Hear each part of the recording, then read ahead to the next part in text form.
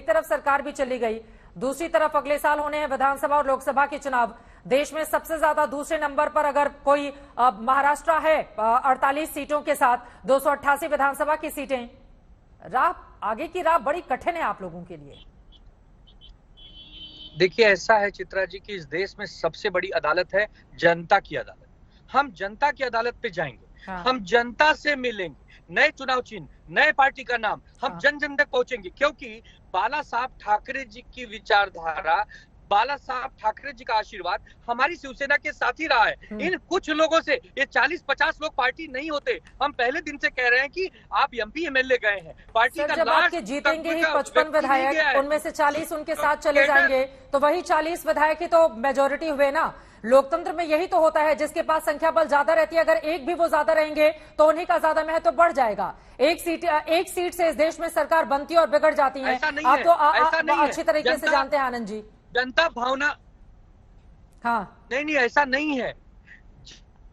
बाला साहब ठाकरे जी की भावना की कदर करती है। जनता उद्धव ठाकरे जी के साथ है, आदित्य ठाकरे जी के साथ है। कोई दिन ऐसा नहीं गया जब इन्होंने जनता के बीच में रह के काम न किया हो। ये काम करने वाले लोग हैं, लेकिन भारतीय जनता पार्टी पर हमारा सीधा आरोप है, उन्होंने छल करके हमारी पार्टी के पीठ में छुरा भोंका है। और इस पूरे खेल के पीछे बीजेपी से नेता जैसे ही जुड़ेंगे उनसे मैं जानूंगी कि क्या अक्टूबर 2019 का बदला लिया गया है बीजेपी की ओर से।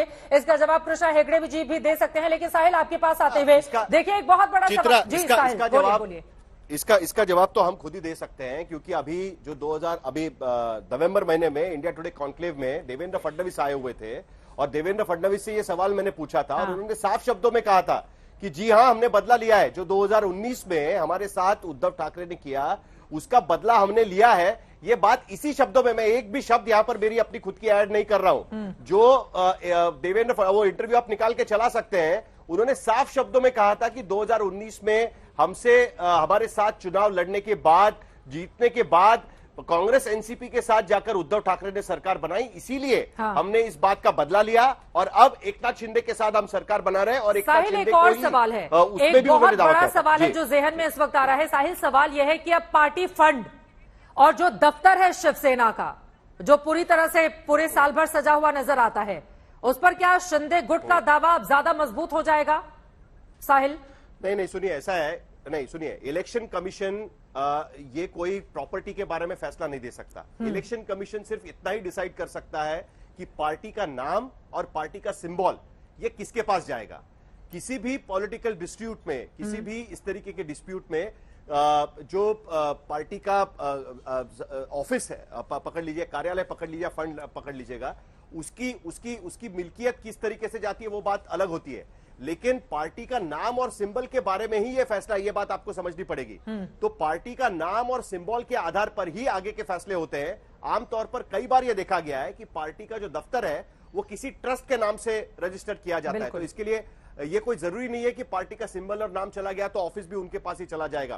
ये कोई जरूरी नहीं रहता है, लेकिन इलेक्शन कमीशन का फैसला जो है वो पार्टी के नाम और सिंबल को लेकर है। ये बात दर्शकों को साफ होनी चाहिए। और जिसकी बात अभी आनंद दुबे कर रहे थे, इलेक्शन कमीशन ने जो फैसला दिया है वो फैसला मैं पढ़ रहा था, उसमें उन्होंने चार्ट दिया हुआ है और उस चार्ट के मुताबिक उन्होंने पूरा चार्ट दिया कि कौन से सांसद कौन किसके साथ में है। एक बात उन्होंने उसमें रखी है कि पार्टी की जो ऑर्गेनाइजेशनल कैपेसिटी है, उस ऑर्गेनाइजेशन में कौन किसके साथ में खड़ा है, वो बात क्लियरली साफ नहीं हो पाई है। और इसीलिए triple test Sadiq Ali judgement का उन्होंने उसमें पूरा उल्लेख किया हुआ है। सादिक अली जजमेंट के मुताबिक इलेक्शन कमीशन का यह फैसला है और उनका यह कहना है कि इसमें एकनाथ शिंदे भारी पड़ रहे हैं और इसके लिए एकनाथ शिंदे को हम इलेक्शन का सिंबल यानी धनुष्य बाण और पार्टी का नाम यानी शिवसेना नाम उनको देना चाहते हैं। बिल्कुल। कृष्णा हेगड़े जी, सीधे आपके पास आते हुए जो सवाल मैंने साहिल से किया था, उनका ये कहना है इलेक्शन कमीशन ने पार्टी के सिंबल और नाम को लेकर तो फैसला दे दिया है, लेकिन पार्टी दफ्तर पर और उसके फंड पर जो आप लोगों की निगाह होगी, निगाह है क्या कृष्णा हेगड़े जी? मुझे लगता नहीं कि उनको पार्टी के फंड, शिवसेना के पार्टी फंड की जरूरत है कृष्णा हेगड़े। उनका अपना अलग से फंड होगा ही, मतलब पार्टी का फंड हाथ में आने के पहले ही चार्टर्ड फ्लाइट से सूरत और गुवाहाटी गए हुए हैं वो लोग। बोले कृष्णा जी। चित्रा जी, पहले तो मैं आनंद दुबे जी की बात पे जवाब देना चाहता हूं। उन्होंने कहा कि 2024 में वो जनता के सामने जाएंगे। भाई, आप तो जनता के सामने गए थे 2019 में, और 2019 में लोगों ने आपको इसके लिए वोट दिया था कि आप बीजेपी के साथ अलायंस में थे, तो जनता को क्या मुंह दिखाकर आप जाएंगे फिर से कि भाई आपने तो हमें एक बार वोट दिया था, हम बीजेपी के साथ थे, आपका जो मैंडेट था हमने तोड़ दिया, आपका विश्वास हमने तोड़ दिया, और फिर हमने कांग्रेस और राष्ट्रवादी कांग्रेस से हाथ मिलाई। क्या मुंह लेके जाएंगे आप जनता के पास?